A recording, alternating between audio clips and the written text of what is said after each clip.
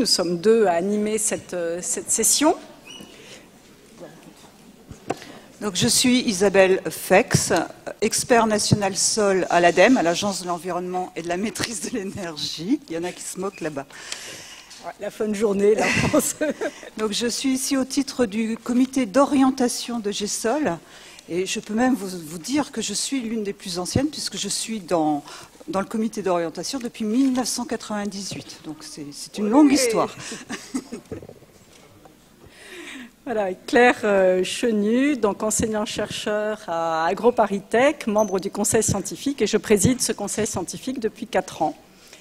Alors, sol et régulation du climat, donc vous savez vraiment, les sols jouent un rôle très important dans la régulation du climat, que ce soit à l'échelle locale, évapotranspiration par exemple, ou à des échelles globales. C'est leur rôle de source et de puits de gaz à effet de serre, CO2, N2O, méthane, et dans le rôle de puits, leur rôle dans le stockage de carbone.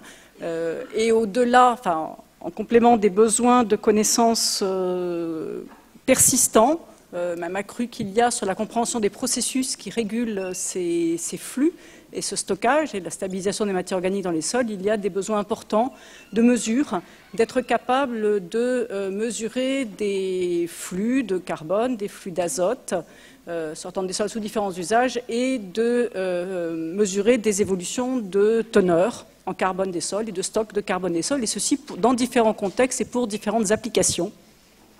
Donc, parmi les applications, moi j'en vois 4, mais il y en a plus, mais des applications qui nous intéressent. Il y a d'abord, bien sûr, l'inventaire des sols, leur cartographie et la surveillance de la qualité des sols, donc comment évoluent les stocks avec le temps ou la qualité des matières organiques. Il y a aussi tout ce qui est inventaire national par rapport au protocole de Kyoto, inventaire des émissions de gaz à effet de serre.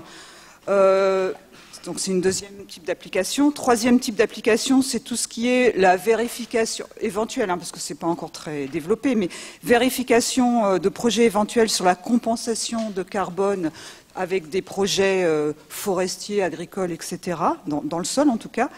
Et là, on peut avoir une approche indicateur de résultats, quelles sont les évolutions des stocks de carbone dans les sols.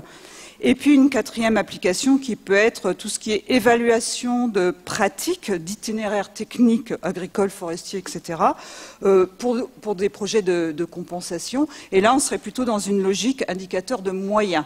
Donc, parce qu'on pourrait dire, par exemple, on va évaluer telle et telle technique dans telles conditions pédoclimatiques pour telle région. Et derrière, pour le projet de compensation, on dit simplement, c'est cet itinéraire technique qu'il faut, on sait, on l'a vérifié, et donc c'est des indicateurs de moyens. Alors, nous allons avoir 4 présentations dans cette session par Bernard Barthès, Alexia Gobrecht, Emmanuel Vaudour et Cécile Le Gall. Donc, je vais inviter le premier de nos orateurs. Donc, je m'appelle Bernard Barthès, je travaille à l'IRD dans l'UMR Eco et Sol à Montpellier. Et je vous présente donc le projet. Donc, c'est ça le carbone protégé. Et on a essayé de voir si ce carbone protégé-là, on pouvait en avoir une estimation directement avec le spectre infrarouge du sol avant de l'incuber. C'est-à-dire, on économise 3 semaines, le pot, Voilà. Donc, ça revient finalement à essayer d'utiliser l'information qui est dans ce spectre infrarouge. Bon, là, c'est un spectre proche infrarouge, mais ça pourrait être moyen infrarouge aussi. Essayer d'utiliser cette information-là pour prédire la respiration du sol broyé, la respiration du sol tamisé, la différence entre les deux, etc. Donc ça revient à exprimer cette variable d'intérêt-là, carbone protégé, en fonction du spectre et plus précisément en fonction de l'absorbance à chaque longueur d'onde. Parce qu'en fait, ce qui vous apparaît comme quelque chose de continu, c'est une succession de points. C'est l'absorbance à 1100 nanomètres, à 1102, à 1104, 1108, etc. Donc là, en fait, on a 700 points de mesure. Et plus précisément, on va essayer d'exprimer cette variable d'intérêt, le carbone protégé, comme combinaison linéaire de l'absorbance à chaque longueur d'onde. C'est-à-dire comme combinaison linéaire de nos 700 points de mesure, nos 700 valeurs. Et donc, en fait, ça revient à déterminer les coefficients de régression, à 0, à 1, etc. Alors, on a fait un test sur 100 échantillons calcaires qui proviennent de la moitié septentrionale de la Tunisie, donc ils sont un peu répartis sur tout le pays. Et sur ces échantillons, donc, on a fait le parfait, tout ça, les séries de double incubation. Et on a également donc acquis les spectres infrarouges avant l'incubation. Alors ça, ces différents graphes vous présentent les résultats des prédictions qu'on a fait. Donc en général, en spectrométrie infrarouge, c'est le type de graphe qu'on présente pour apprécier la qualité des prédictions. Donc en abscisse, vous avez la mesure qu'on a faite avec le parfait. Et en ordonnée, vous avez la prédiction qu'on a faite par spectrométrie infrarouge. Et donc plus la prédiction va être précise, plus les points vont s'aligner sur la première bisectrice, évidemment. Donc vous voyez que finalement, toutes les prédictions qu'on présente ne sont pas trop mauvaises. Les autres, on ne les présente pas en général. Donc là, par exemple, c'est la respiration du sol broyé finement à 18 degrés. Ça, c'est la respiration, donc c'est le sol broyé finement, c'est ça. Ça, c'est la prédiction de la respiration du sol préparé plus grossièrement à 18 degrés. Et ça, c'est la protection du carbone à 18 degrés. Donc, c'est la différence entre les deux. Alors, vous voyez que ces deux-là sont prédites assez précisément, hein, avec un R2 supérieur à 0,9. Bon, là, la prédiction est un peu moins précise du fait qu'on a une petite incertitude sur cette mesure-là. On a une petite incertitude sur cette mesure-là. Donc, quand on fait la différence des deux, il y a quand même une propagation d'erreur qui fait que le résultat est un peu moins précis. C'est la même chose à 28 degrés. On prédit bien la respiration du sol broyé finement, la respiration du sol tamisé, et puis la différence entre les deux, la protection du carbone. Sinon, quelque chose d'un peu plus... On a essayé de voir aussi si on pouvait prédire la concentration en carbone du sol, d'après le spectre du sol. Donc ça, c'est quelque chose qui commence à être assez bien documenté. Effectivement, la prédiction est très proche de la mesure.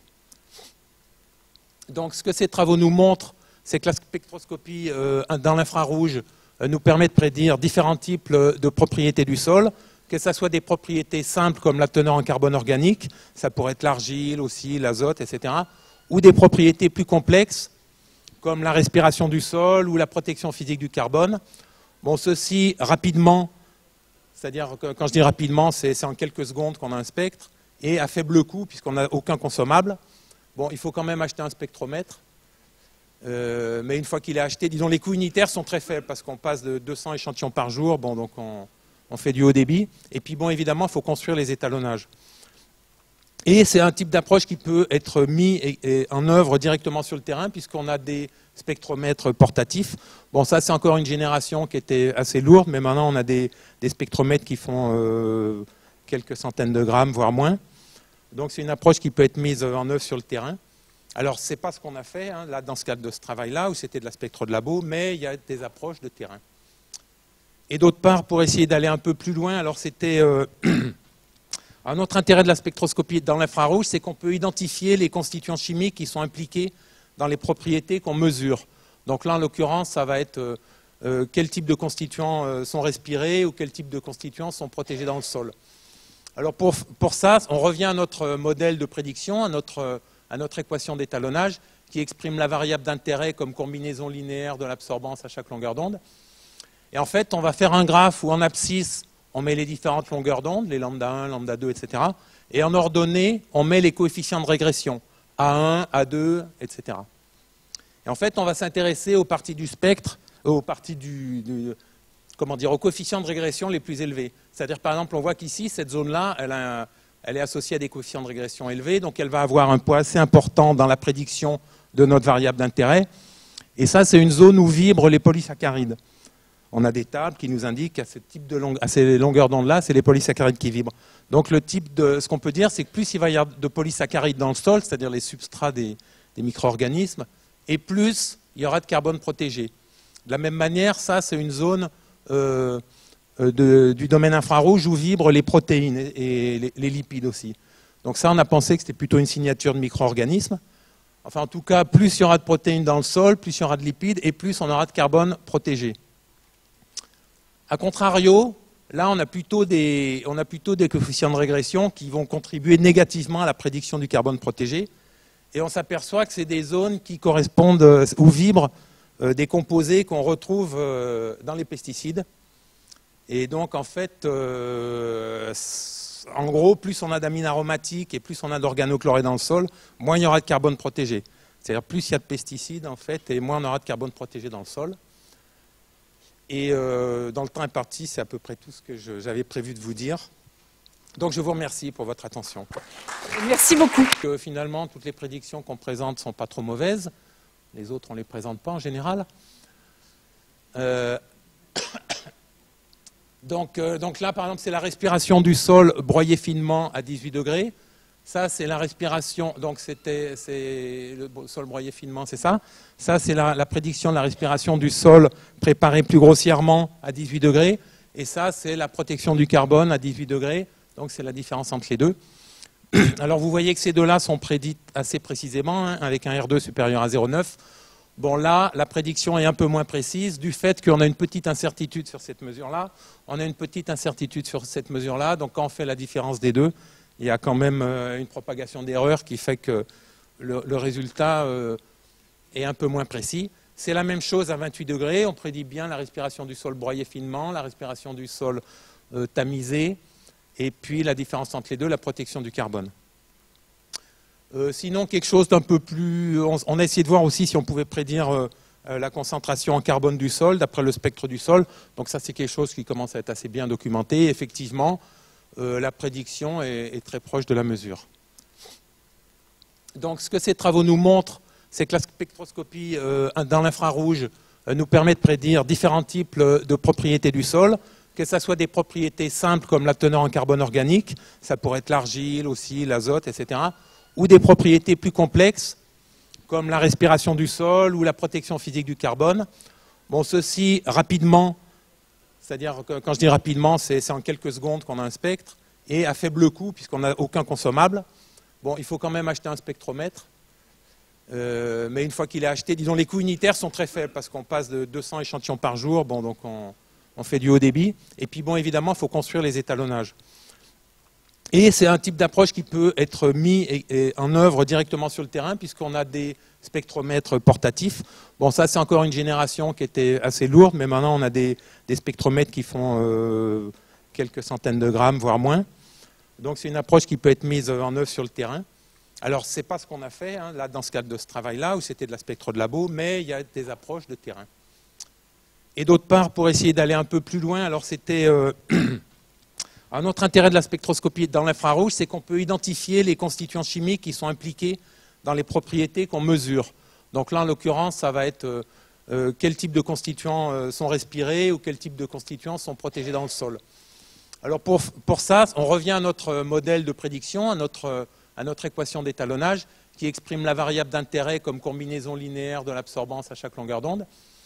Et en fait, on va faire un graphe où en abscisse, on met les différentes longueurs d'onde, les lambda 1, lambda 2, etc. Et en ordonnée, on met les coefficients de régression, A1, A2, etc. Et en fait, on va s'intéresser aux parties du spectre, aux parties aux coefficients de régression les plus élevés. C'est-à-dire, par exemple, on voit qu'ici, cette zone-là, elle est associée à des coefficients de régression élevés, donc elle va avoir un poids assez important dans la prédiction de notre variable d'intérêt. Et ça, c'est une zone où vibrent les polysaccharides.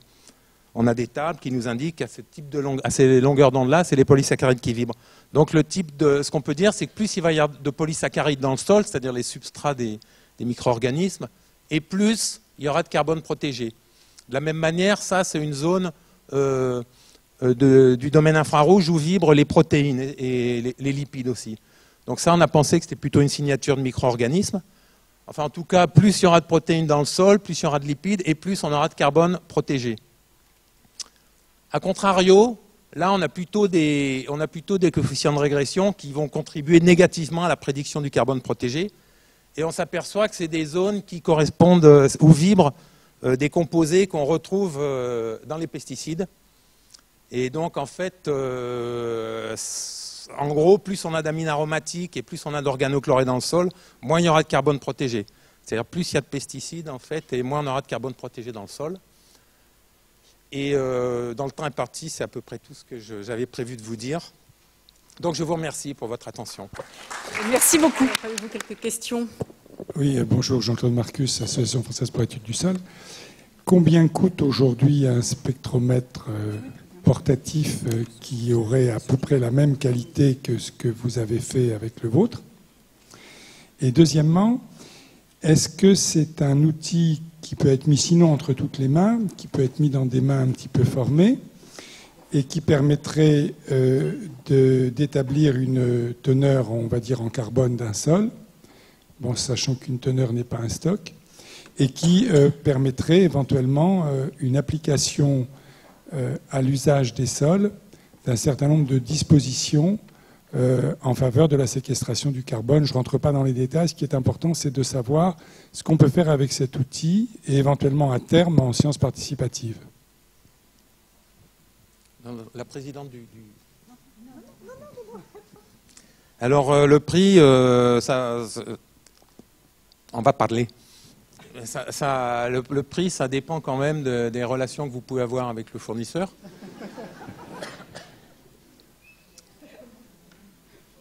Non, mais disons le prix, je dirais... On a intérêt à l'envoyer comme émissaire, systématiquement. Donc oui. Qu'est-ce que... Ça, le portatif qu'on a, là, celui que j'ai montré, que le gars porte sur son dos, là, je crois qu'il fait 40 000 €. Enfin, nous, on l'a eu à 40 000, mais Arvalis, qui ont acheté le même, ils l'ont eu à 80 000. Donc... Bon, c'est 40 000 €, mais maintenant, il y a des petits spectros. Moi, j'en ai acheté un récemment qui fait 100 grammes et qui est à 8 000 €. Ça fait cher, Ça fait cher le gramme, ouais, bah ouais, mais... Alors sinon... Mais ce qui se passe, c'est qu'on va quand même vers une baisse des prix, actuellement. Enfin, vers une diminution de taille, vers une baisse des prix. Sinon, tout ce qui est... alors, à mettre entre toutes les mains, pour l'instant, non. Parce que le spectromètre, il vous donne un spectre, et ensuite, ce spectre, il faut l'étalonner. Donc, il faut un peu... Alors, par contre, il y a des sociétés qui vendent. Maintenant, il y a des sociétés de services. Vous avez le spectromètre chez vous, enfin beaucoup d'industriels dans l'agroalimentaire, par exemple, le spectromètre, acquièrent les spectres, mais ce n'est pas eux qui font le modèle, ils sous-traitent ça il y a des startups comme ça qui font de l'analyse de données, et ce n'est pas forcément cher, j'imagine.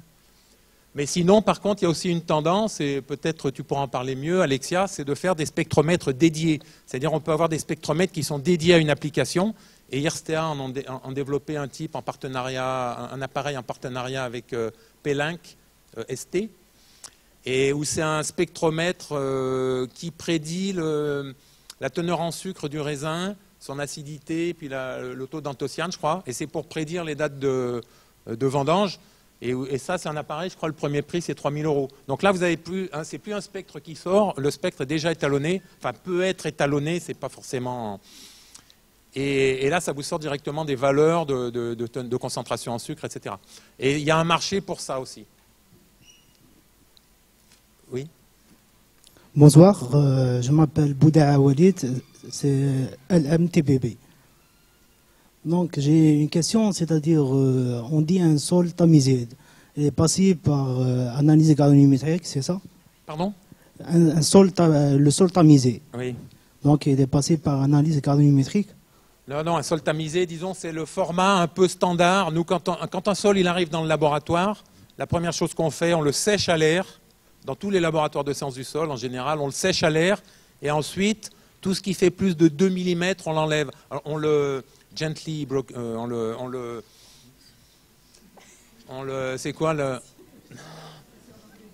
On le fragmente un peu en essayant de ne pas casser des particules élémentaires. Et en fait, tout ce qui va faire plus de 2 mm, on l'écarte. S'il y a des grosses racines, on les enlève. S'il y a des cailloux, on les enlève. Donc c'est un peu la préparation standard d'un sol au laboratoire, le sol tamisé à 2 mm. D'accord, merci. Oui. Toutes les analyses faites par les laboratoires d'analyse, de texture, de nanocarbonate, sont faites sur la terre fine. La terre fine, c'est ça, c'est ce qui est inférieur à 2 mm. En France. En France, oui. Oui, une question, Bernard. Tu disais tout à l'heure qu'on ne présentait jamais ce qui ne marche pas. Est-ce que tu pourrais justement nous en parler un petit peu? Est-ce que c'est pas un piège, c'est vachement intéressant ce qui ne marche pas. Oui, oui. C'est ce qui permet de progresser aussi. Oui, non, c'est vrai. Et c'est d'ailleurs un reproche qu'on fait surtout dans toutes les publis sur la spectro-infrarouge. Les gens qui ont de mauvaises prédictions, ils ne les publient pas. Et donc, ce qui fait que quand on lit la littérature, il n'y a que des bonnes prédictions. Et le jour où soi-même on a des mauvaises prédictions, on se dit, bah non, je suis un mauvais. Et puis, il y a quand même quelques... Alors, là, en fait, moi, j'avais 2 populations d'échantillons. Si tu regardes le rapport qui, prétendument, est en ligne... Non, les rapports GSOL, si tu veux, en fait, on avait 2 populations d'échantillons. Il y avait cette population d'échantillons tunisiens et il y avait une autre population d'échantillons qui était issue du RMQS. Et si tu veux, les échantillons du tunisien, ils ont été prélevés par une doctorante, elle a fait son terrain, ça a dû durer quelques semaines, donc ils ont été prélevés tous en même temps. Ils ont été séchés, enfin ils ont subi la même histoire, et quand on a fait les incubations, ils avaient tous le même âge. Alors que les échantillons du RMQS qu'on a récupérés, certains, sans doute, ils avaient été prélevés il n'y a pas très longtemps, d'autres il y a beaucoup plus longtemps. Il y avait aussi une plus grande hétérogénéité minéralogique. Et ce qui fait que quand on les a mis à incuber, ils ne se sont pas tous comportés de la même manière. Et en fin de compte, la manière dont ils ont respiré n'a pas dépendu que du carbone qu'ils contenaient, quoi. Donc moi, je travaille à IRSTEA. IRSTEA, c'est anciennement le CEMAGREF, pour ceux qui ont loupé le changement de nom. Et alors nous, à IRSTEA, on est des technologues, et INCA, c'est un projet plutôt de recherche technologique. Et l'objectif ici, c'était avec les partenaires, donc plutôt issus du monde de la science du sol, avec donc l'UMR Eco et Sol, et donc Bernard, de l'IRD, l'US Infosol de l'INRA et l'Université de Sydney. On a essayé de faire converger en fait l'expérience que ces scientifiques du sol avaient acquis en appliquant la spectroscopie visible et proche infrarouge. Et puis nous, en tant que spectroscopistes, d'aller vers un milieu hautement intéressant qui est le sol et qui présente de réels enjeux et de réels défis en termes de mesure. Donc un cas, c'est pour Infield Spectroscopy for Carbon Accounting. Donc l'idée, c'était de développer un capteur portable pour aller directement au champ, et donc un capteur dédié. Cette fois-ci, essayer de développer un capteur, pas prendre un spectro classique, mais essayer de développer un capteur dédié.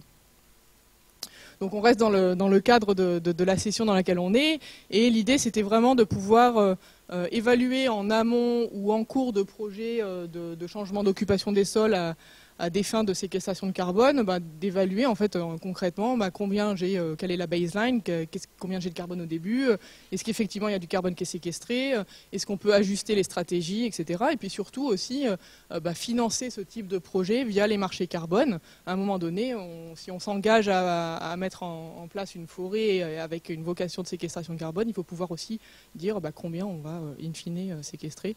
Je crois que c'est l'objectif du protocole de Kyoto, mais voilà, il y a un frein encore à financer ce type de projet, parce qu'aujourd'hui c'est très difficile d'avoir ces mesures à une échelle spatiale et temporelle adaptée. Voilà. Parce que les coûts sont encore prohibitifs. Voilà. Donc voilà, on recherche des nouvelles méthodes.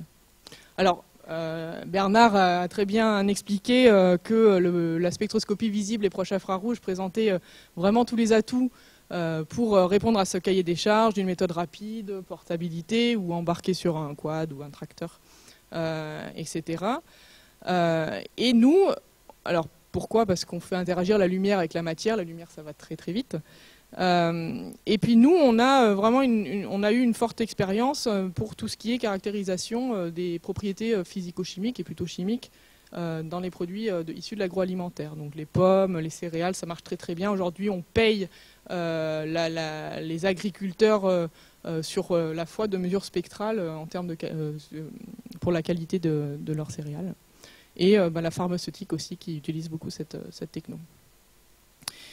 Et dans cette gamme visible, alors moi je compte le visible et le proche infrarouge, dans cette gamme aujourd'hui on atteint une maturité technologique suffisante qui a fait grandement réduire les coûts des composants optiques qu'on peut utiliser, et donc on peut construire des capteurs à façon. Donc là c'est le Spectron dont parlait Bernard tout à l'heure.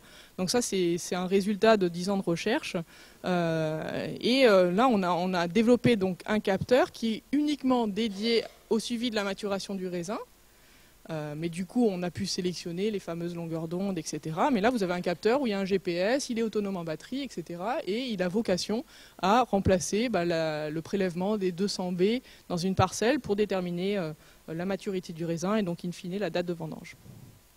Et c'est un produit qui est normalement commercialisé cette année. Et donc nous on est parti un petit peu la fleur au fusil et on a dit on va faire pareil avec le sol, on sait faire sur les fruits, pourquoi pas sur le sol.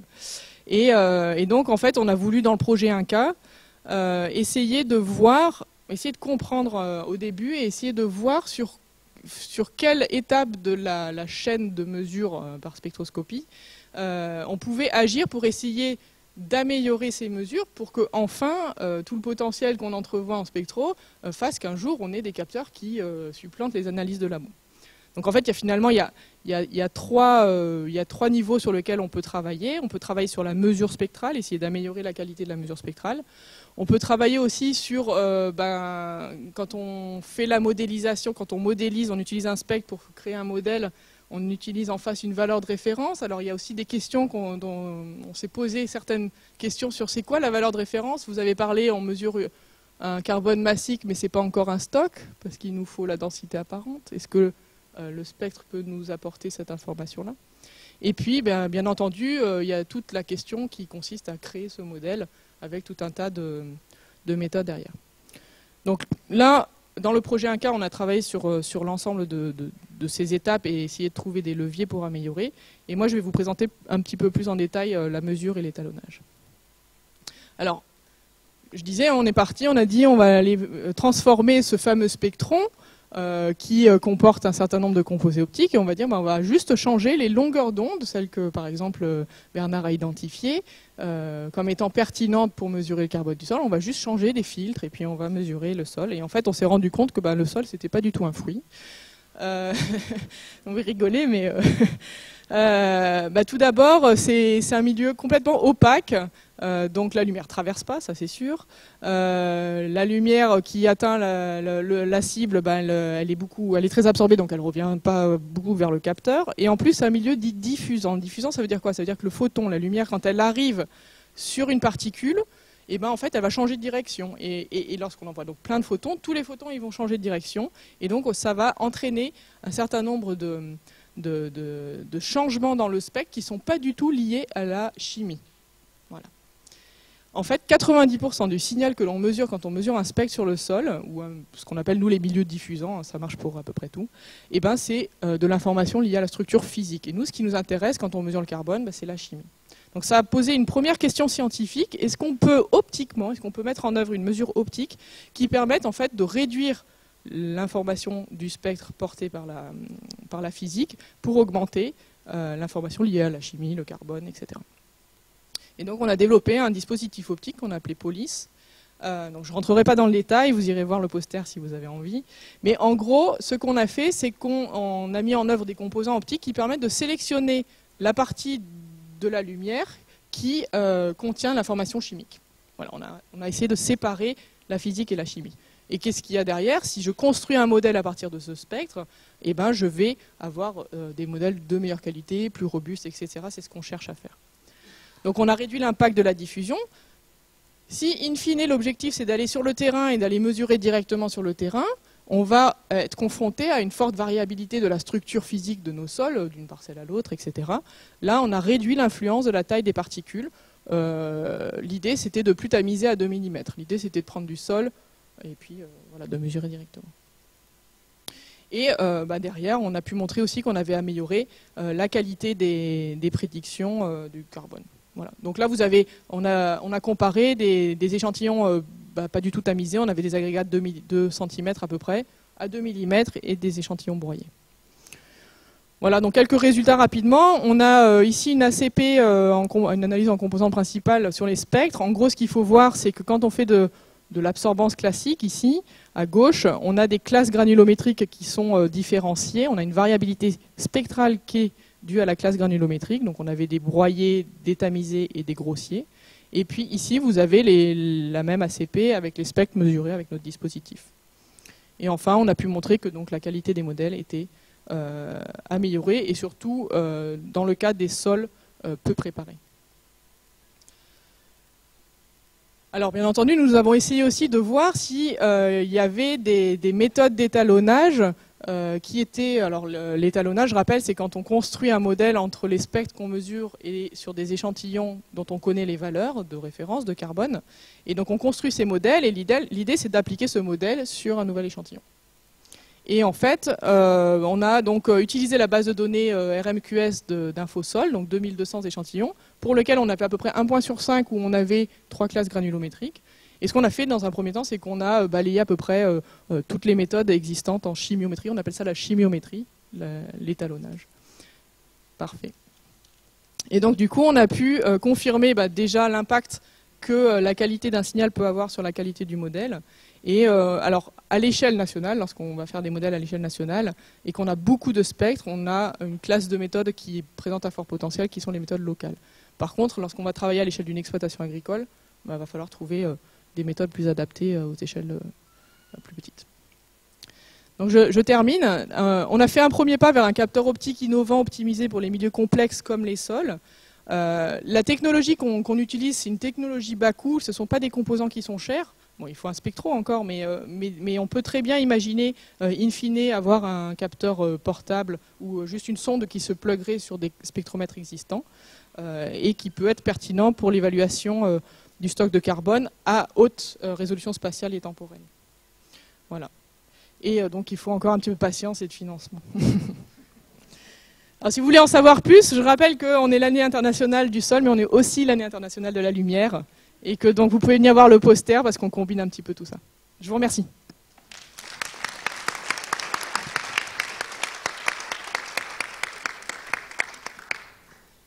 Merci Alexia. Alors question Jean-Charles qui était frustré. Merci pour la présentation. Alors, ça a été bien dit, on a de nombreux sols, de nombreux types de sols, et la matière organique dans le sol elle est tout aussi variable que les sols eux-mêmes. Alors, est-ce qu'il y a un choix de longueur d'onde selon les sols à analyser? C'est toujours les mêmes? Alors, donc, si l'objectif c'est de classifier le type de matière organique, il faudra construire les modèles en fonction du type de matière organique. Si c'est de la classification qu'on veut faire, ce ne sera probablement pas les mêmes algorithmes que si on veut prédire un taux de matière organique, ça c'est sûr. Il faudra être plus fin dans l'analyse. Donc l'objectif de la mesure spectrale qu'on cherche à faire va déterminer la façon dont on va construire les modèles. Oui. Si je peux ajouter quelque chose? Oui. En fait, a priori, on va essayer d'avoir... Quand j'ai présenté le schéma là, où je montrais les longueurs d'onde qui sont les plus contributives pour la protection du carbone, on voit qu'il n'y a pas tellement de zones.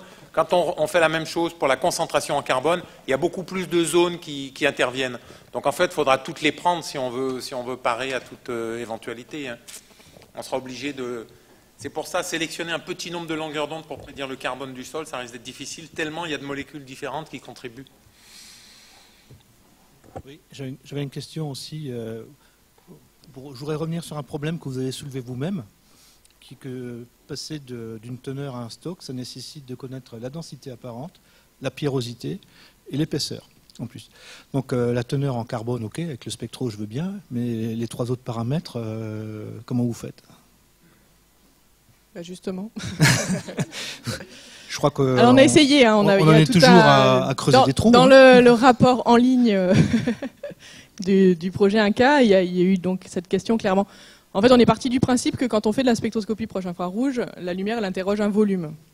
Donc si derrière on a une information liée au carbone, on devrait avoir un carbone volumique. Le problème c'est que comme on fait l'étalonnage à l'heure actuelle sur un carbone massique, on va avoir un problème de vérité entre le volume qu'on interroge avec la lumière et puis la valeur de référence qui nous permet de construire le modèle.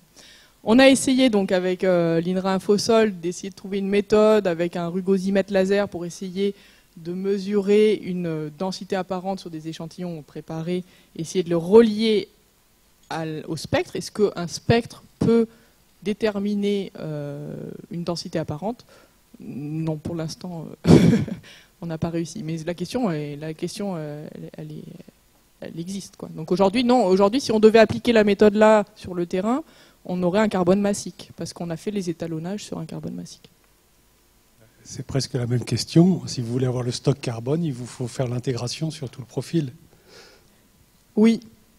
Donc faire la fausse de toute façon. Alors il paraît, alors là du coup je suis pas spécialiste, mais il paraît que les 30 premiers centimètres suffisent pour faire le stock. Ouais, alors j'ai peur de dire des bêtises. On a à peu près 50% du stock. Enfin, ça dépend des sols. Non, mais on peut, à la tarière, hein, nous on le fait, hein, à la tarière, à main, on sort un échantillon, on peut prédire sur le terrain la concentration, et même, nous on prédit le stock, à partir d'un prélèvement à la tarière à main, c'est-à-dire sans cylindre. Mais ça, c'est encore des choses secrètes, donc, et qui sont pas financées par GESOL, donc. Un petit peu, si. Alors, Mais si c'est financé, tu dois nous en parler. Oui. alors oui, il faut que je Mais si, parce qu'elle a expliqué, il y a une information physique. Non, encore une. Il y a beaucoup d'informations. Encore une physiques, petite, oui, c'est bon. Donc il y a l'information sur le stock, en fait. On avait des réponses. Géoderma.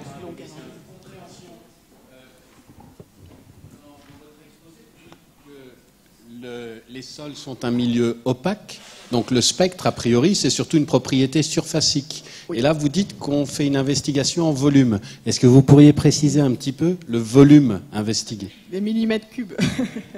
Des millimètres cubes, oui. La Oui, lumière... mais un millimètre cube sur un échantillon qui fait 20 cm², ça fait vraiment très épais. Oui. Donc là, c'est clairement... Plus une profondeur voilà. qu'un... Donc là, la lumière ne va pas rentrer profondément dans le sol, ça c'est sûr. Elle va être absorbée avant de ressortir. Enfin, elle va rentrer, mais elle ne reviendra pas vers le capteur. Donc là, c'est plus une question du coup de la pertinence de la mesure qu'on fait ponctuellement sur un échantillon et de sa représentativité par rapport à un échantillon total. Donc ça, c'est un autre champ d'investigation quand on fait de l'analyse. Mais la question est la même aujourd'hui quand on fait de la spectro classique. Mais en tout cas, le volume interrogé par la lumière en spectro sur le sol, c'est rien du tout. Donc j'espère que mon échantillon il est à peu près homogène, c'est tout. Bonjour.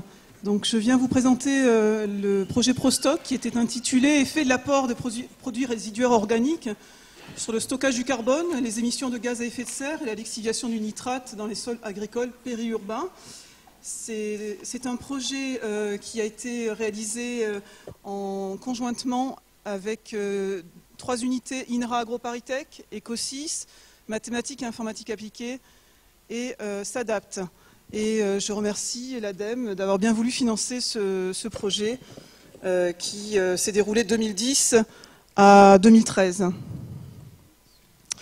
Donc le contexte général de ce projet, c'est celui, comme je l'ai déjà dit, d'une agriculture périurbaine avec la perspective de recycler des déchets d'origine urbaine, des matières organiques résiduelles d'origine urbaine, et aussi un contexte où les sols sont généralement pauvres en carbone organique, avec peu ou pas d'élevage, à l'exception des élevages de chevaux pour les loisirs. Et donc la perspective de ce projet était celle d'augmenter les stocks de carbone, au moins dans l'horizon de surface, de manière à favoriser la valeur agronomique du sol et aussi atténuer les effets du changement climatique. Alors il y a eu en fait deux axes principaux de ce projet. L'un qui a consisté à suivre spatialement les teneurs et éventuellement les stocks, mais moins les stocks, davantage les teneurs que les stocks, par télédétection et spectroscopie, de terrain essentiellement. Et le second consistait à simuler les effets des apports de matière organique sur des stocks de carbone, la lixiviation du nitrate et les émissions de N2O, et ceci à l'échelon spatial d'un territoire périurbain, donc au niveau d'organisation régionale. Alors pour le premier aspect, donc le suivi spatial du carbone organique, en fait il s'est basé sur la réalisation de mesures de réflectance de terrain. Donc là on est, contrairement à ce qui a été présenté précédemment, là on est dans des conditions d'éclairement non contrôlé, d'éclairement naturel. Et donc ces mesures de réflectance avec un spectroradiomètre dans la gamme 400-2500 nanomètres ont été assorties de prélèvements de sol qui ont fait l'objet d'analyses chimiques standards du teneur en carbone organique.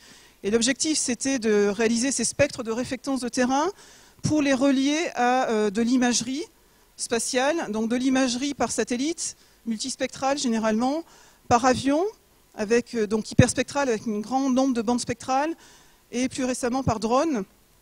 Et ces spectres donc, ont servi à la correction des effets atmosphériques de ces images, sachant qu'on prend des images d'une zone, donc les images des sols nus qui sont présents dans la zone à la date d'acquisition, il y a des effets de perturbation atmosphérique qu'il faut absolument corriger.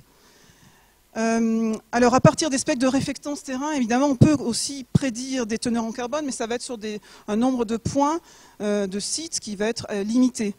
Et l'objectif, c'est d'utiliser les images pour généraliser en fait l'application de ce modèle en utilisant des spectres de réflectance image des sols nus présents au moment de la prise de vue pour prédire ces teneurs en carbone. Et un des objectifs du projet, c'était d'évaluer les différentes précisions de différents capteurs ou images que nous avons pu acquérir au cours du projet. Donc la zone d'étude, c'était le territoire périurbain de la plaine de Versailles. Ce territoire en fait a une cohérence géographique par rapport au site patrimonial du château de Versailles. Il se situe dans la perspective du château de Versailles et il comprend 25 communes et couvre une superficie de 221 km². Et au cours des différentes années du projet, plus une année antérieure, nous avons pu réunir des mesures de réflectance sur environ 200, un peu plus de 250 placettes de mesure. Alors je ne détaille pas en fait tout ce qui a été réalisé, mais en gros, à partir d'images de multispectrales satellitaires, on ne peut pas s'attendre à avoir une très grande précision. On a la précision la plus faible avec en fait de l'ordre de grandeur de 5 grammes par kilogramme pour prédire des sols dont les teneurs s'échelonnent entre 8 et 40 grammes au maximum, avec une médiane de 14 grammes par kilogramme pour les teneurs en carbone organique. Mais cependant, on peut quand même prédire des classes grossières de teneurs en carbone organique. Et ça, c'est quand même intéressant parce que ça permet d'atteindre quand même des superficies assez considérables. Donc là, par exemple, sur la plaine de Versailles, pour la zone qui avait été prise par une image spot à 20 mètres de résolution, on peut voir en fait les zones qui sont les plus fortes, qui ont les teneurs les plus fortes en carbone organique. Et elles correspondent sur la carte aux sols des vallées, par exemple, et aux sols qui sont situés sur les versants, les calcosols. Alors, je ne détaille pas. Alors avec de l'imagerie spatiale mieux résolue spectralement, une image hyperspectrale aéroportée, on peut espérer avoir une précision qui se rapproche de celle que l'on obtient à partir de spectres issus directement mesurés sur le terrain. Alors quand on mesure directement des spectres sur le terrain ou alors quand on prend des images, on a quand même un effet dont il faut prendre en compte, c'est l'effet de l'état de surface du sol, la rugosité de surface, la pierrosité, elle est présente. Donc on a toute une série en fait, de facteurs perturbants à la surface du sol. Alors là, avec cette image hyperspectrale, qui était prise à 1 mètre de résolution, on peut voir des variations intraparcellaires qui correspondent à la topographie en particulier, ou alors qui peuvent correspondre à des choix de gestion parcellaire. On pourra en parler de manière plus détaillée avec le poster. Donc maintenant que l'on sait en fait les zones qui sont plus pauvres en carbone, l'objectif du projet c'était aussi de savoir quelle matière organique était présente sur le territoire, et donc il y a eu un recensement des disponibilités de produits résiduaires organiques. Et à l'issue de ce recensement, il y a eu une sélection en fait, de produits de pros qui étaient représentatifs du territoire, qui étaient présents, disponibles et potentiellement utilisables concrètement dans les pratiques d'amendement. Donc le compost de biodéchets, plus la bouille urbaine, une bouille urbaine déshydratée, un fumier de cheval et le compost de déchets verts. Et on a choisi également de croiser ces informations avec les types de sols, les principaux types de sols de la région. Alors je ne détaille pas en fait la partie sur la simulation des effets de ces différents pros, mais elle a consisté à caractériser la dynamique de carbone et d'azote en réalisant des incubations longues en laboratoire pour ce qui est de la minéralisation du carbone et de l'azote. Et aussi, il y a eu aussi l'étude des émissions de N2O avec des incubations courtes en laboratoire. C'est le travail de Patricia Laville qui a qui a mis en évidence qu'on avait des émissions potentielles très différenciées selon les types de sols, en particulier les luvisols et les calcosols. L'échelle à leur donner est très différente, attention. Donc là, on a un facteur de quasiment 1000 entre les deux. Donc le calcosol est très émetteur de N2O, potentiellement. Donc un autre aspect du projet était la paramétrisation d'un modèle sol-plante de manière à prédire à la fois non seulement les teneurs en carbone, mais aussi les rendements, puisque pour que ce soit applicable auprès des agriculteurs, il faut que ces pros utilisés aussi et des effets bénéfiques sur les rendements conduisent aussi finalement à permettre de substituer des engrais chimiques. Et c'est l'objet de la thèse de Paul-Émile Noirot-Cosson en cours. Alors donc en conclusion en fait de tout cela, en fait ce travail se développe et actuellement en fait on s'intéresse aux différents types de sols, conjointement à la spatialisation des teneurs en carbone organique, aux différentes successions de cultures qui ont été spatialisées, au cadre réglementaire et aux scénarios d'apport il y a des scénarios d'apport d'amendements que nous avons élaborés au cours du projet. Et cette paramétrisation qui a été élaborée sur un site expérimental présent dans la zone d'étude, le site Caliagro, est à l'heure actuelle en fait appliquée à l'échelon du territoire régional pour prédire ces différents critères que j'ai cités, donc les teneurs en carbone organique, les rendements, la lixiviation de l'azote et les émissions de NESO. Et on s'oriente vers une optimisation territoriale de ces pratiques d'amendement et une optimisation sous contrainte, en particulier de ces différentes pratiques d'amendement, et ceci de manière spatialisée. Alors d'autres aspects du projet qui sont présents sur le poster concernent la mesure de la rugosité du sol par photogrammétrie. Également l'utilisation d'un couple optique-radar pour la cartographie des opérations culturales, pour savoir distinguer quels sont les sols qui sont très rugueux de ceux qui sont moins rugueux. Et ça, c'est très important pour la bonne prédiction, puisque c'est un facteur perturbant de la prédiction. On a également utilisé des images de très haute résolution, à 2 mètres de résolution, pour cartographier ces opérations culturales. Et par ailleurs, il y a d'autres aspects du projet qui ont fondé la cartographie de ces teneurs en carbone sur des modèles géostatistiques. Donc ça, c'est des travaux qui se poursuivent. J'ai déjà évoqué l'image hyperspectrale. Donc en conclusion, en fait, on a un projet qui est foisonnant, qui se continue dans le cadre de différents appels d'offres, notamment dans le cadre du LABEX basque. Donc on a eu des avancées sur le suivi par télé et proxy détection des teneurs en carbone et sur les pratiques agricoles. Actuellement, les suites que l'on réalise sont en lien avec des prises de vue drone et aussi un travail sur la gestion optimisée des pros qu'il convient d'utiliser. Et les perspectives que l'on a en fait sont concrètement appliquées en lien avec les acteurs du territoire dans le cadre d'un projet leader qui se construit et qui est sur le point d'être soumis. Et voilà, si vous voulez avoir davantage d'informations sur le projet Prostoc, donc il est téléchargeable sur le site. Voilà, donc il y a eu aussi quelques références qui sont dans le rapport. Je vous remercie de votre attention.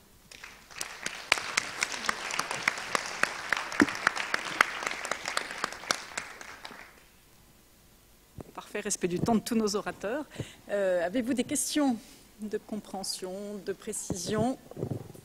Et je pense qu'il y a de quoi alimenter aussi un débat plus général ensuite.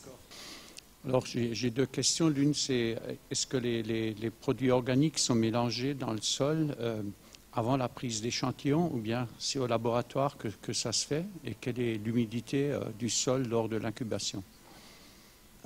Alors là, c'est une partie qui a été réalisée par ma collègue Patricia Laville, donc c'est sous réserve en tout cas de relecture de ce qu'elle a fait, mais elle a mélangé probablement, ça a été mélangé avant incubation, ça je pense me souvenir que ça a été fait comme ça, et avec une teneur en eau qui a été, me semble-t-il, contrôlée. Agnès Richomme-Jolion, écologie microbienne, CSG Sol. J'ai une question relative aux différences d'émissions de N2O en fonction des pros appliqués et en fonction des sols. Est-ce que vous avez regardé si, en fonction des sols, la communauté dénitrifiante possède ou non une N2O réductase, ou est-ce que est-ce que dans des sols différents qui émettent différemment, je vais essayer d'être claire, est-ce que dans des sols où il y a des fortes émissions de N2O, c'est parce que vous avez une communauté dans lesquelles les bactéries ne possèdent pas de N2O réductase, ou est-ce que c'est lié à la nature du carbone qui fait qu'au sein de la communauté sont actives seulement des populations qui ne posséderaient pas la N2O réductase? Autrement dit, est-ce que vous regardez quelle est la composition de la communauté dénitrifiante pour expliquer les différences de dégagement de N2O? À ma connaissance, nous n'avons pas fait ça dans le projet. En fait, il n'y a pas eu d'approche enzymatique sur les différents sols, et c'est quelque chose qui devrait être réalisé dans la suite du projet. De la même façon, les incubations enfin, les émissions en fait ont été étudiées sur une durée très courte, et en fait il serait bon aussi de prolonger cette étude éventuellement sur des durées plus longues pour savoir exactement comment ça se passe. Parce que là en fait on a juste le début.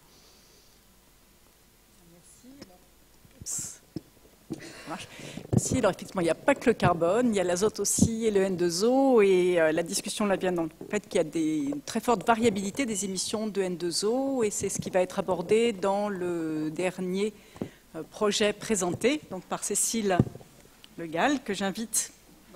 Bien, merci tout d'abord au programme GESSOL de m'avoir invité pour faire cette présentation. Donc oui, en effet, le projet NoGaz, c'est un projet qui a été financé par le CASDAR, donc sur la période 2009-2012.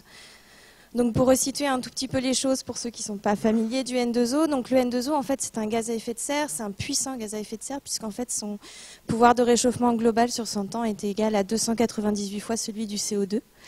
Donc voilà, il a sa petite importance quand on fait des bilans de gaz à effet de serre. Et quand vous regardez en fait le camembert qui vous est présenté à gauche, en fait vous avez la part de l'agriculture qui est représentée par ce petit triangle là. Et en fait quand on regarde dans cette part de l'agriculture, on voit là en fait les émissions qui sont les émissions de gaz à effet de serre qui sont dues aux émissions de N2O par le sol. Donc ça représente quand même dans le bilan national environ 10% des émissions totales, donc c'est pas négligeable. Et quand vous regardez sur le bilan des émissions agricoles, c'est près de 50% des émissions agricoles qui sont dues à des émissions de N2O par les sols. Alors je rajouterai juste un petit bémol sur ce camembert, c'est que en fait ces émissions, bien évidemment, on n'a pas pu les mesurer comme ça à l'échelle de toute la France pour faire justement ce joli camembert. Donc ce sont des émissions qui sont estimées donc avec des méthodes, des équations relativement simples qui sont basées sur des modèles statistiques. Et donc celui-là, c'est la méthode, ce qu'on appelle la méthode de niveau 1 du GIEC, donc qui est basée sur le modèle statistique de Steffes et Bouman. Donc le N2O, juste pour revenir un tout petit peu sur ce gaz un petit peu mystérieux, donc le N2O, donc c'est ce que je vous ai dit, il est émis par les sols cultivés ou non d'ailleurs, j'insiste là-dessus. Il est produit en fait dans les sols par deux processus principalement, qui sont des processus dirigés par des bactéries. Le processus de nitrification, donc qui transforme l'ammonium et dans lequel les émissions de N2O sont un coproduit, et le processus de dénitrification, donc qui transforme en fait le nitrate donc en produit final qui est le N2. Donc ici le N2O n'est qu'un produit intermédiaire qui normalement, lorsque toute la chaîne se passe bien, est transformé en N2. Donc bien évidemment, comme ce sont des processus bactériens, ils sont très dépendants en fait des conditions du milieu, donc très dépendants des conditions de sol, on le verra un petit peu après, des conditions climatiques aussi, notamment de la pluviométrie, parce que la dénitrification en fait se fait uniquement en conditions anaérobies, donc en absence d'oxygène. Et on obtient en fait ces conditions dans les sols agricoles, notamment quand vous avez des sols qui sont saturés en eau.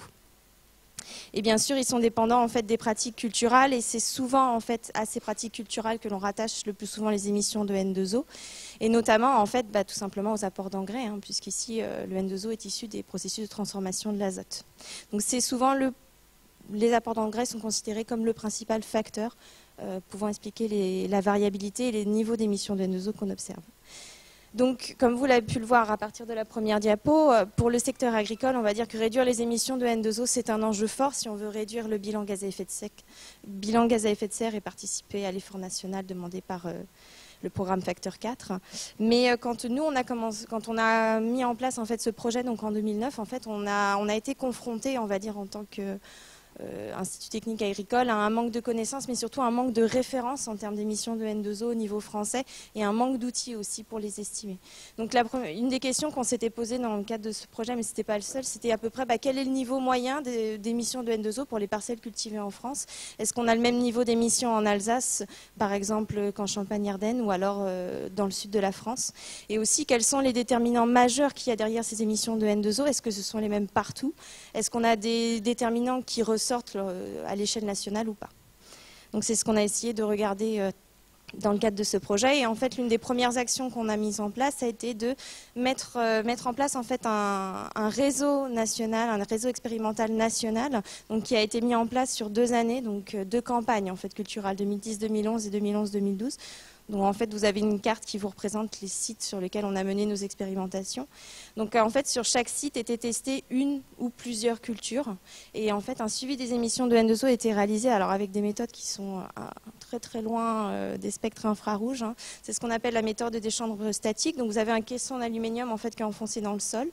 Vous le laissez à l'air libre, on va dire, pendant le temps où vous ne faites pas la mesure. Et au moment des mesures, vous le fermez pour qu'il y ait une accumulation de gaz en fait dans l'enceinte et vous venez prélever les gaz à l'aide d'une petite seringue que vous mettez dans un petit tube. Et ensuite, vous faites une analyse en labo. Donc, pour vous donner un aperçu des résultats qu'on a pu obtenir, donc ça c'était pour la campagne 2010-2011. En fait, à partir de nos données d'émissions, parce que les émissions sont suivies à un jour J, hein, une date T, on n'a pas de suivi d'émissions continue. Donc ce qui fait, en fait, on a nos flux d'émissions qui sont mesurés à un jour donné et en fait, on fait une interpolation linéaire entre nos différentes dates de mesure pour avoir des flux cumulés. Et là, ce que je vous présente là, c'est des flux cumulés et extrapolés aussi à l'échelle d'une année. Donc vous voyez, c'est quand même assez petit hein, en termes de flux. On est sur du 1 kg par hectare et par an, donc c'est très très faible, mais avec quand même une forte variabilité puisqu'on passe de 0,1 à 1,1. Et là, ce sont des flux moyens, donc je vous ai pas mis l'écart type, mais il faut savoir qu'au niveau des émissions de N2O, l'écart type est égal à la moyenne en général. Donc c'est assez important. Donc à partir de ça, qu'est-ce qu'on a pu voir? Tout d'abord, on a essayé justement de caractériser la relation entre nos émissions de N2O et les quantités d'engrais apportés, puisque c'est le facteur numéro 1 qu'on met toujours en évidence. Là, on va dire qu'à l'échelle de notre réseau national, la relation entre les flux de N2O annuels et puis les quantités d'engrais apportés n'était pas très flagrante. Par contre, quand on s'est intéressé au lien en fait, entre les émissions de N2O et les facteurs du milieu, on a pu mettre en évidence un lien, alors là il est quand même relativement faible, hein, mais entre les émissions de N2O et la pluviométrie cumulée sur l'année de récolte, et un lien alors un peu plus important entre les émissions de N2O et donc notamment le pH, mais alors là je mets juste un petit bémol. En fait là ce que vous avez représenté sur ce graphique c'est un indicateur, hein, ce qu'on appelle le Rmax. Donc le Rmax c'est un indicateur qui nous permet de savoir en fait quelle est la capacité du sol à dégrader le N2O en N2. Donc c'est-à-dire finalement, si le N2O n'est plus là, qu'il a été dégradé, normalement il n'est pas émis, il passe pas, il n'arrive pas à diffuser vers l'atmosphère. Donc en fait, cet indicateur-là, c'est un indicateur du risque potentiel en fait, d'émission de N2O. Si cet indicateur est relativement élevé, alors en fait la capacité à réduire le N2O est plutôt faible et au contraire, si elle tourne autour de 0,2, la capacité à réduire le N2O est plutôt forte. Et donc ce qu'on voit, c'est qu'en fait cette capacité, elle augmente au fur et à mesure que le pH augmente dans les sols. Donc ça, c'est quand même un indicateur assez important. Mais encore une fois, c'est juste un indicateur de risque d'émission. Après, il faut calquer par-dessus l'effet de la pluviométrie, l'effet des pratiques culturales, etc. Mais ça veut dire qu'on a quand même un fort impact du sol dans les déterminants de nos émissions. Donc en conclusion, quand même, ce que je voulais rappeler, c'est qu'on a des émissions de N2O qui sont très variables. Là, je vous ai montré les résultats qu'on a obtenus sur la campagne 2010-2011, qui était une campagne sèche. Donc on n'a pas eu beaucoup de pluie, donc c'était des flux très faibles. Quand on est sur la campagne 2011-2012, là pour le coup on a été plutôt bien arrosé dans plusieurs de nos stations expérimentales. Et là on a eu des flux jusqu'à 14 kg par hectare et par an. Donc là je vous laisse faire la conversion, c'est quand même une variabilité très importante. Ce qui est intéressant, c'est que quand même on a pu mettre en évidence, alors qu'on avait une forte variabilité, des facteurs qui sont déterminants en fait pour expliquer la variabilité qu'on observe et les niveaux d'émission qu'on observe. Donc il y avait le pH et la pluviométrie majoritairement et un impact on va dire modéré de la quantité d'azote totale apportée quand on regarde à l'échelle nationale. Et là aussi je mets juste un bémol, c'est que quand par contre sur nos stations expérimentales on a mis en place des expérimentations comparant des modalités avec azote et sans azote, là on avait des différences très flagrantes. Mais quand on intègre, on va dire, toutes nos données à l'échelle nationale, ce n'est pas le facteur qui ressort pour expliquer la variabilité des émissions. Donc en termes de valorisation, on a fait plutôt des valorisations, on va dire, orales. Donc on a fait un séminaire de clôture donc, de notre UMT GSN2O dans lequel s'intégrait ce projet NoGaz. Et en fait, donc ça s'est fait en décembre 2013 et vous avez toutes les communications, les posters, etc. qui sont en ligne, le recueil des résumés. Et on a fait plusieurs articles techniques aussi parus dans Perspectives agricoles et OCL. Alors en termes de perspective, derrière le projet NoGaz, en fait, on avait très envie d'utiliser toutes les données qu'on avait réussi à collecter, parce que c'était une première en France quand même de faire un réseau aussi aussi important. Et donc en fait, ce que je vous disais tout à l'heure, c'est que pour le moment, en fait, pour réaliser les inventaires nationaux d'émissions, notamment, on utilise une méthode qui est la méthode de niveau 1. Et nous, en fait, ce qu'on a voulu faire à l'issue de ce projet, c'est utiliser les données qu'on avait collectées pour mettre au point une nouvelle méthode, donc une méthode spécifique aux conditions françaises, qui soit reconnue par contre par le GIEC. C'est toute une démarche ensuite qu'il faut faire. Et donc on a conduit ce projet donc, sur la période 2012-2015. Donc là, le projet est en train de se terminer. Donc on a mis au point une nouvelle équation et je vous dirais que si vous voulez en savoir plus, il y a un poster qui vous attend avec des résultats en exclusivité pour le programme GES-Sol. Voilà, je vous remercie de votre attention.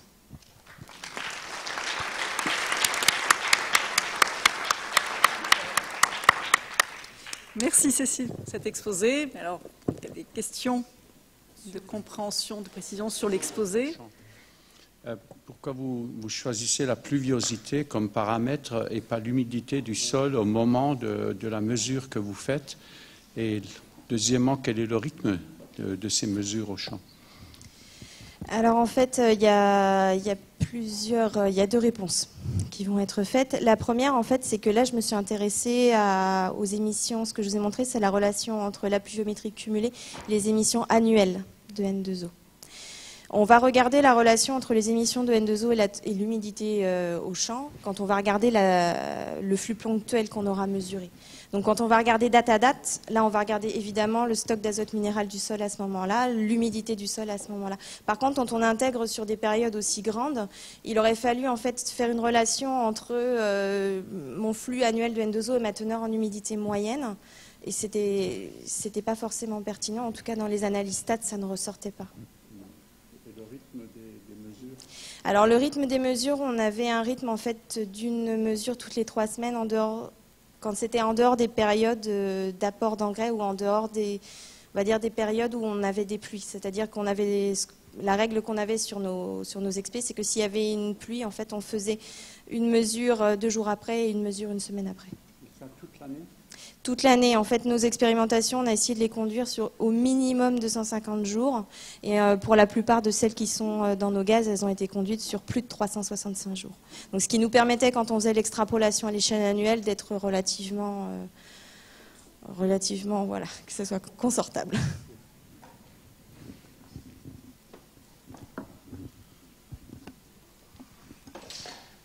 J'aurais voulu savoir si vous avez relié vos mesures d'émissions de N2O avec les niveaux d'activité biologique dans le sol, là où vous avez fait vos mesures, notamment la présence ou l'absence de vers de terre. Non, on n'a pas fait ce genre de mesures. Peut-être ça pourrait expliquer la variabilité en fait que vous avez au niveau de vos mesures. C'est un indicateur, c'est vrai qu'on n'a pas considéré. On aurait pu.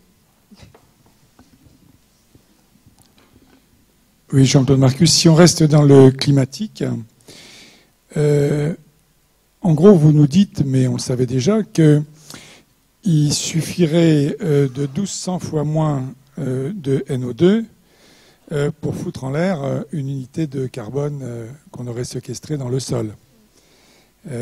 C'est un vrai sujet et je pense qu'on pourra l'aborder le 3 décembre.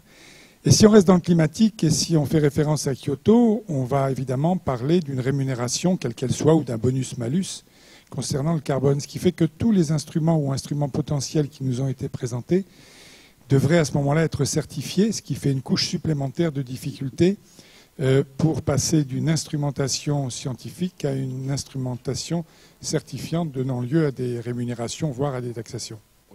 À nouveau, Henri Robin de l'IRD. Est-ce que ce réseau de mesures d'émissions, c'est plus ou moins articulé avec le réseau de mesures de la qualité des sols? Ou est-ce qu'ils sont indépendants? Alors, ce sont 2 réseaux indépendants.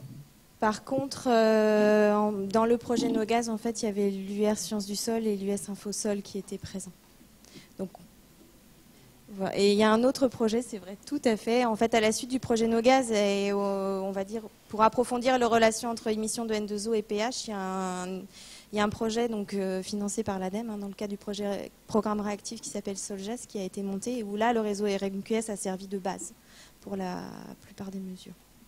Et je me permets une remarque, il faut quand même intégrer que dans la communauté dénitrifiante, toutes les populations ne possèdent pas le gène NOS-Z qui code la N2O réductase. Donc la dénitrification peut s'arrêter au stade N2O indépendamment de tous les facteurs environnementaux dont on sait qui vont favoriser ou diminuer cette production de N2O. Donc la question c'est est-ce que vous regardez ça et comment vous suivez les facteurs environnementaux, température, pH et autres, dont on sait qu'ils sont impliqués dans le fonctionnement de la N2O réductase et qui contrôle les émissions de N2O. Enfin, si ce n'est contrôle, disons, qui peuvent modérer ou favoriser les émissions de N2O.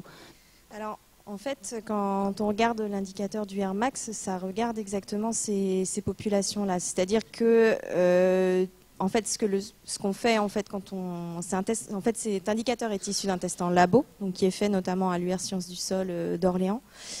On va placer notre échantillon de sol en fait dans différentes conditions. Dans une condition, on met du nitrate, on est à une humidité une teneur en eau du sol qui est constante. On regarde les émissions, on mesure les émissions de N2O et on va prendre le même échantillon, enfin pas le même, mais on va dire son petit frère, et on va mettre de l'acétylène. On va le saturer, j'insiste là-dessus, on va le saturer en acétylène, ce qui bloque en fait la réduction du N2O en N2. Donc en fait là, ce qu'on a pu mettre en évidence, mais ça avait été mis en évidence par Catherine Hainaut avant, hein, je tiens à le préciser quand même, c'est qu'on avait un fort lien entre cette capacité finalement, la présence dans le sol de cette fraction de population microbienne qui arrive en fait à réduire le N2O en N2 et le pH. Et c'est ce qu'on a confirmé en fait dans le cadre du projet Solges après. On va peut-être passer au débat général.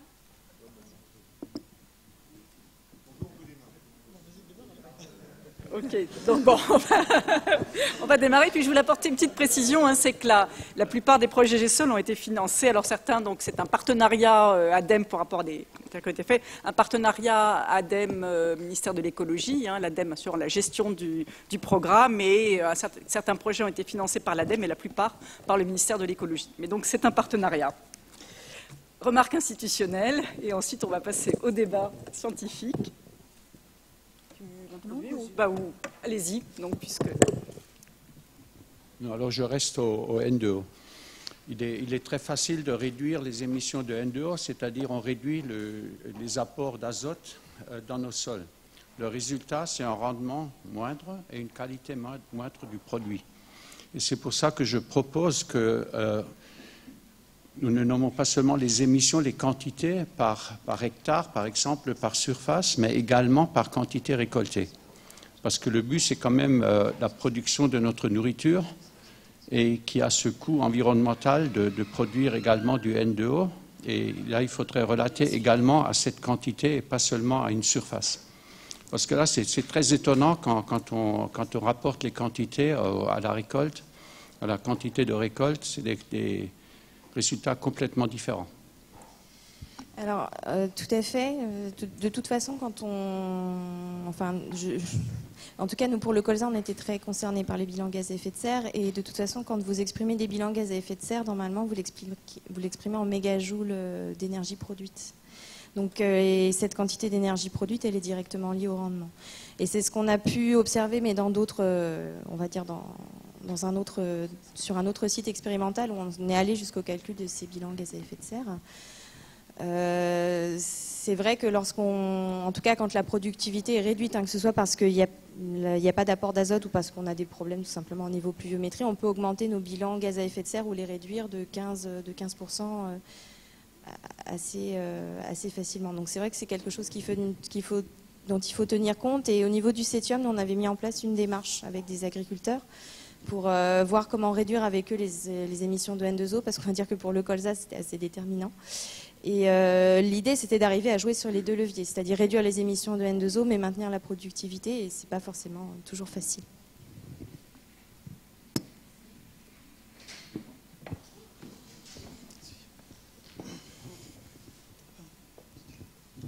Béatrice Bécher, Yves Star Nantes.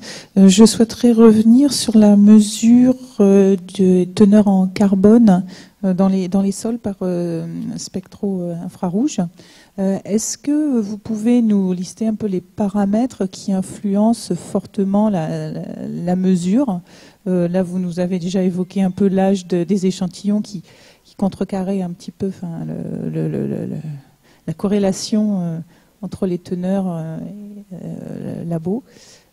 Voilà. Et puis, je voulais aussi savoir, dans l'étude qui a été faite en Tunisie, quel type de sol vous aviez échantillonné, si c'était seulement des sols agricoles ou des sols forestiers. Est-ce que vous étiez allé aussi dans des domaines plus périurbains et urbains?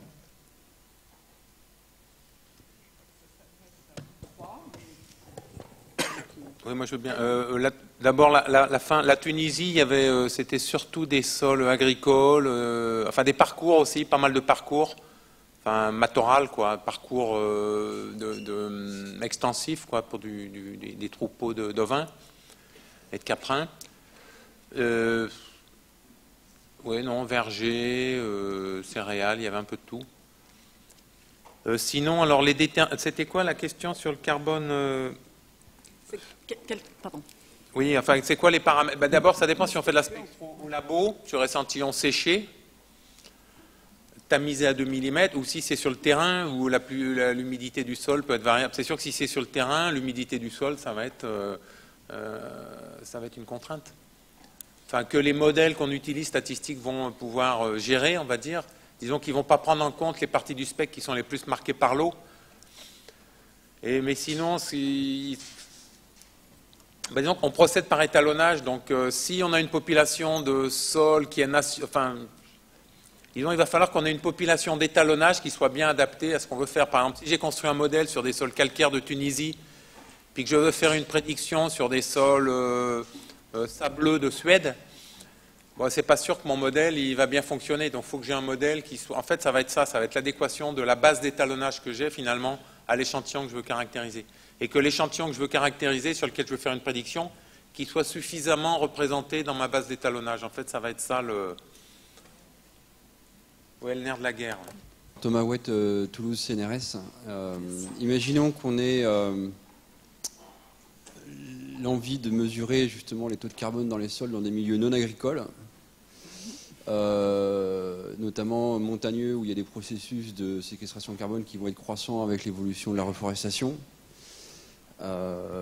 Quelle méthode vous préconisez ou quel couplage vous pouvez envisager entre la spectrométrie infrarouge et l'hyperspectral éventuellement?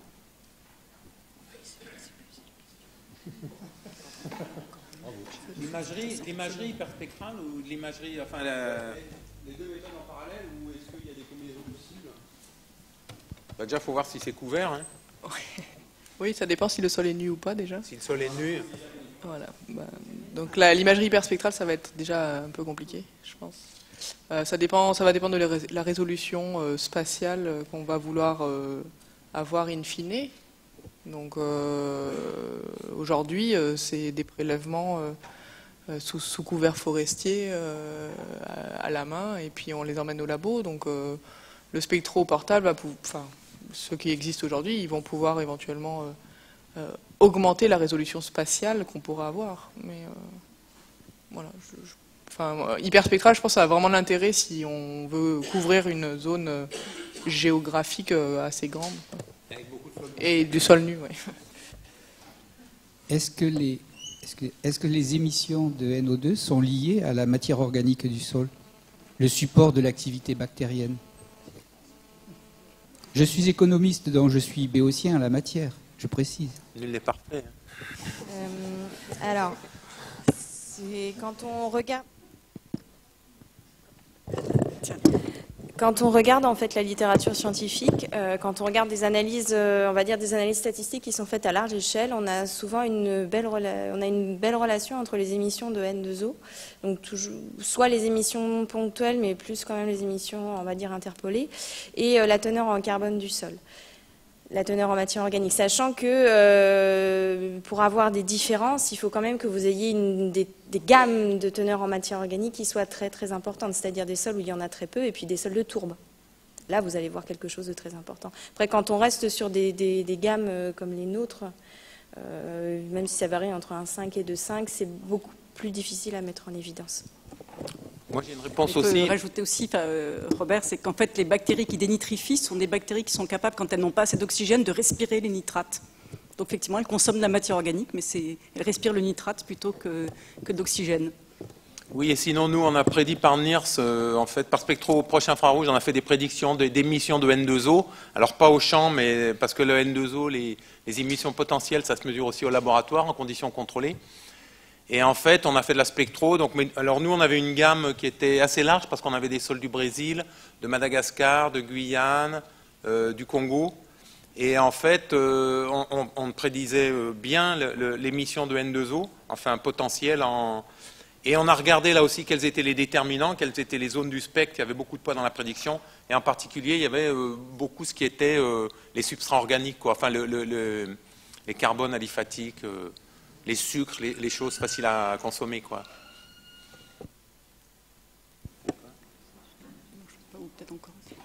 Peut-être moi poser une question à tous les intervenants. Dans le cadre de... Alors, il est intéressant de préserver la teneur en matière organique des sols pour des questions de fertilité, pour des questions d'émissions de CO2. On cherche à réduire également les émissions de N2O. Donc, un certain nombre de politiques publiques peuvent vouloir stocker du carbone dans les sols, réduire les émissions de N2O. Vous êtes au courant de l'actualité du 4 pour 1000 et vous avez peut-être lu le communiqué que nous avons cherché à faire. La question que je voudrais vous poser, c'est finalement, en termes de politique publique, on peut penser agir sur les moyens, sur les pratiques, type mesure agro-environnementale. Donc, on demande aux agriculteurs, aux gestionnaires d'appliquer un certain nombre de pratiques. Ou on pourra envisager, évaluer une politique publique ou avoir des incitations sur la base des résultats. Une réduction effective des émissions de N2O, une augmentation effective des teneurs en carbone du sol. Qu'est-ce que vous en pensez au vu des méthodes que vous avez utilisées, des développements que vous voyez? Qu'est-ce qui vous semble? Est-ce que ça vous semble faisable d'introduire des vérifications sur la base des résultats? Je pense que ça rejoint la remarque d'une personne là tout à l'heure qui disait que les politiques publiques, elles vont vouloir aussi avoir des outils de mesure normés, certifiés, etc. Et je pense qu'on en est encore très très loin, en tout cas pour le carbone du sol. Mais même on est confronté à ça pour les fruits aussi. Donc, moi je pense que ça serait un bon moyen d'inciter le changement de pratique, de pouvoir financer sur la base de résultats. Je pense que c'est très bien, mais quelle est la foi qu'on donne aux résultats s'ils ne sont pas certifiés? Voilà, c'est là, moi je pense qu'on est encore un petit peu loin de pouvoir certifier ces mesures.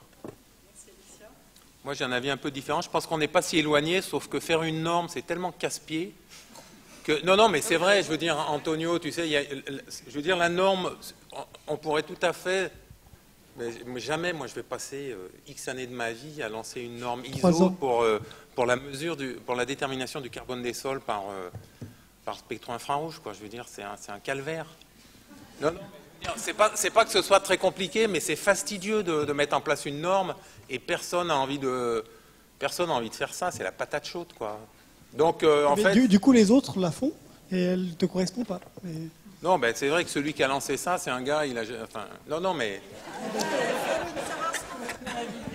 D'autres questions? Moi, je voulais répondre pour la télédétection. Ouais. Qu'on repasse la parole à la salle sur cette question éventuellement. Bon, s'il s'agit de normer en fait l'utilisation des méthodes issues de télédétection, là c'est quand même encore du domaine de la recherche, c'est encore en développement. On a des capteurs nouveaux qui vont être lancés cette année et qu'on espère encore tester pour améliorer nos prédictions. L'hyperspectral aéroporté que je vous ai présenté, c'est pas la panacée parce que c'est difficile d'acquérir des images sans nuages, en particulier dans certaines régions. Donc c'est pas, on a des perturbations atmosphériques qui sont quand même assez problématiques. Donc avoir des données satellitaires qui puissent passer régulièrement sur un site, ça c'est ce qu'on espère, d'avoir des données qui permettent d'améliorer nos prédictions, mais plutôt satellitaires. Donc on n'est pas encore, on est très très loin de la norme. Voilà. Merci Emmanuel. Alors, et le N2O, quel est ton avis? Alors moi je vais revenir juste au niveau agronomique. Alors pour le N2O, il y a deux choses qui me paraissent compliquées. Et la première, c'est la variabilité, c'est-à-dire que vous allez faire des mesures en 3 points de la parcelle. En 3 points de la parcelle, vous allez avoir un flux qui peut passer de 1 à 10. Donc déjà, vous choisissez quoi? Vous allez prendre la moyenne ou la médiane. C'est un petit peu compliqué. Donc c'est très variable d'un bout de parcelle à l'autre, c'est très variable encore plus d'une parcelle à l'autre, alors que les agriculteurs vont mettre en place les mêmes pratiques. Et la deuxième chose, c'est que quand même on a un fort poids des conditions climatiques dans les émissions de N2O. Et ça, en fait, pour juger, par exemple, de l'intérêt d'avoir mis une pratique, si vous la mettez en place, si on fait des mesures, une année de référence qui est une année humide, vous allez avoir un niveau d'émission de référence qui va être humide. Donc si on fait une mesure après une année sèche, c'est chouette, vous avez réduit de 50% vos émissions. Par contre, si on refait une mesure après une année qui est encore plus humide, là c'est bête, vous les avez augmentées de 150%. Et à pratique égale, vous allez avoir des fluctuations comme ça qui sont très importantes et ça sera à mon avis difficile pour le décideur politique d'arriver à dire non, là il doit y avoir un fort impact en effet de la pluviométrie et c'est pas parce qu'il a changé de pratique ou etc. etc. Donc moi je pense que dans l'esprit c'est totalement louable, par contre dans la mise en application ça risque de rencontrer des difficultés. Merci. Donc, tous répondu. Donc, allez-y. Oui. Non, mais justement, là, pour la dénitrification, par exemple, ne peut-on pas imaginer un modèle qui tienne compte des paramètres importants, c'est-à-dire l'humidité, tout le monde en parle, c'est déjà mieux connu et bien contrôlé. Le pH, vous l'avez évoqué, mais la disponibilité du carbone, en fait, la relation azote-carbone, on revient toujours sur ces problèmes-là. Les bactéries, et ça a été dit aussi par Claire, les bactéries, elles ont besoin de nutriments. Le nutriment, c'est le carbone. Ensuite, elles ont un accepteur d'électrons, ça peut être l'oxygène, il n'y a pas d'oxygène, elles prennent des nitrates.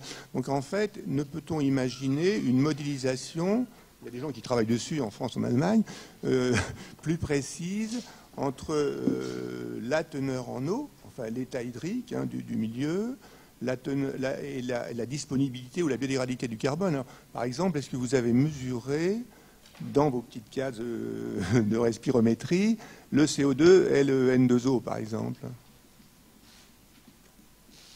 Le CO2 a été mesuré en même temps que le N2O à chaque fois. Oui, alors. Il n'y a pas forcément de corrélation entre les émissions de N2O et les émissions de CO2. C'est-à-dire qu'on peut avoir des pics qui ont lieu en même temps, on peut avoir des pics qui sont différés, donc des phénomènes de respiration aérobie qui sont découplés. Pouvez-vous introduire le facteur humidité? Il y a un modèle qui a été conçu pour ça, en tout cas, comme ça, en tout cas par Catherine Hainaut, qui s'appelle le modèle Noé, qui est dans les modèles de simulation de type CRS-EGC ou STIX. Après, il reste encore le problème de la variabilité quand vous avez, calibré. Et puis, il faut calibrer le modèle sur tous les sols. Et ça, c'est pas... Oui, on a fait des mesures justement de l'index de cette capacité du sol à réduire le N2O, N2. On l'a fait sur tous les sites RMQS, mais c'est très variable quand même d'une parcelle à l'autre. Après, il faut faire des grosses campagnes de mesures sur toutes les parcelles de France. Pourquoi pas, Je pense que ça ferait beaucoup avancer la recherche, par contre. Il faudrait imaginer quelque chose qui puisse... aboutir. Donc, il y a Corinne Biteau d'abord. Oui, Corinne Biteau, ministère de l'Agriculture, DGER. J'avais 2 remarques. La première, c'est que faire de la normalisation, effectivement, c'est pas marrant. On est assez bien placé pour le savoir. Et peut-être que justement, c'est pas le travail des chercheurs académiques, mais peut-être d'autres types d'acteurs. Donc il faut réfléchir au partage du travail sur ces choses pénibles à faire. La deuxième remarque, c'est que les enjeux de stockage du carbone, c'est pas national comme question. C'est un enjeu complètement mondial. Et donc, d'une part, il y a un intérêt énorme des mesures qu'on peut faire au terrain, sans laboratoire, pour des pays du monde où on n'a pas les laboratoires pour aller faire les analyses, et avec des appareils qu'on peut promener comme ça et avoir le résultat directement, sont consommables. Donc ça, c'est extrêmement intéressant. Et puis, toutes les mesures à très très grande échelle, sur des grandes surfaces, ça va aussi être très intéressant, même si c'est pour le moment pas très précis, il y a un énorme enjeu. Donc moi, je vous engage complètement à porter ce type de problématique dans le programme 4 pour 1000 qui va démarrer, on l'espère, rapidement. Alors c'est la pratique agricole et le N2O. Alors on a publié à peu près une dizaine d'années des résultats de mesures au champ. Et bon, sur une ferme modèle, une ferme expérimentale qu'on a, on a fait beaucoup de mesures sur l'hétérogénéité dans les champs. C'est-à-dire on a fait des cartes de rendement par des moissonneuses positionnées par GPS sur plusieurs années, pas sur une année naturellement. Une année sec, c'est complètement différent. On a fait des analyses de sol par radar. On a fait des analyses de litrologie également par télédétection, par mesure de température dans le blé et tout ça. Et on a utilisé toutes ces données pour faire de l'agriculture de précision. Et en fin de compte, le résultat a été, avec cette agriculture de précision, on a mis moins d'engrais azotés, avec un rendement beaucoup plus haut, et moins de N2O, d'ailleurs également moins de nitrate. C'est-à-dire il y a des possibilités techniques, mais basées sur beaucoup de savoir. Et là, on peut utiliser la modélisation également pour aller sur d'autres sites, quoi, parce qu'on connaît les paramètres qui gouvernent le N2O, quoi. Et là, agir de la même façon. C'est-à-dire, nous avons beaucoup de savoir, nous avons des techniques qui nous permettent de caractériser beaucoup mieux les sols agricoles que ce qui se fait en général, quoi.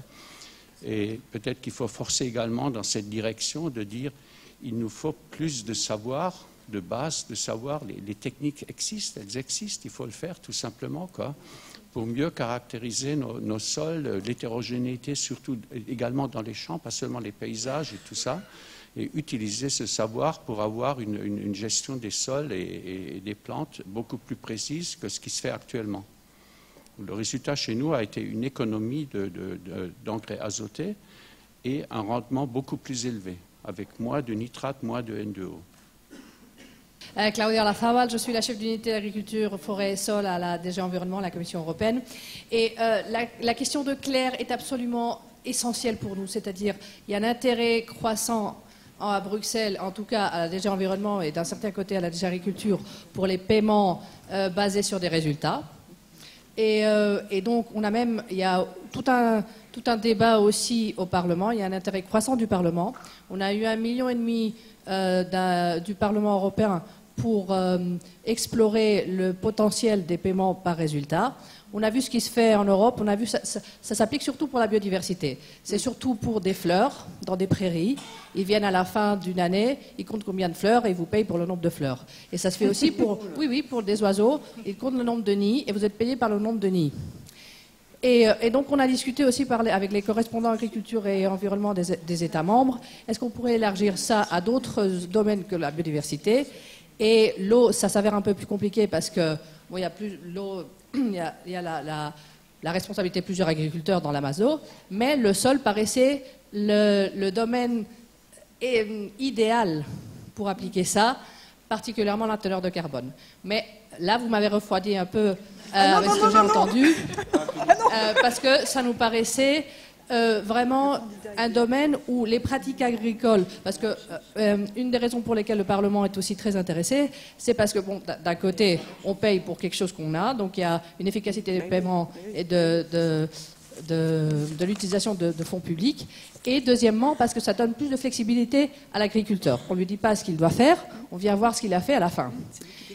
Évidemment, il y a un côté de risque, donc ça doit être des domaines où il n'y a pas trop de risques au-delà du domaine d'influence de l'agriculteur, parce que sinon l'agriculteur ne s'y mettra pas.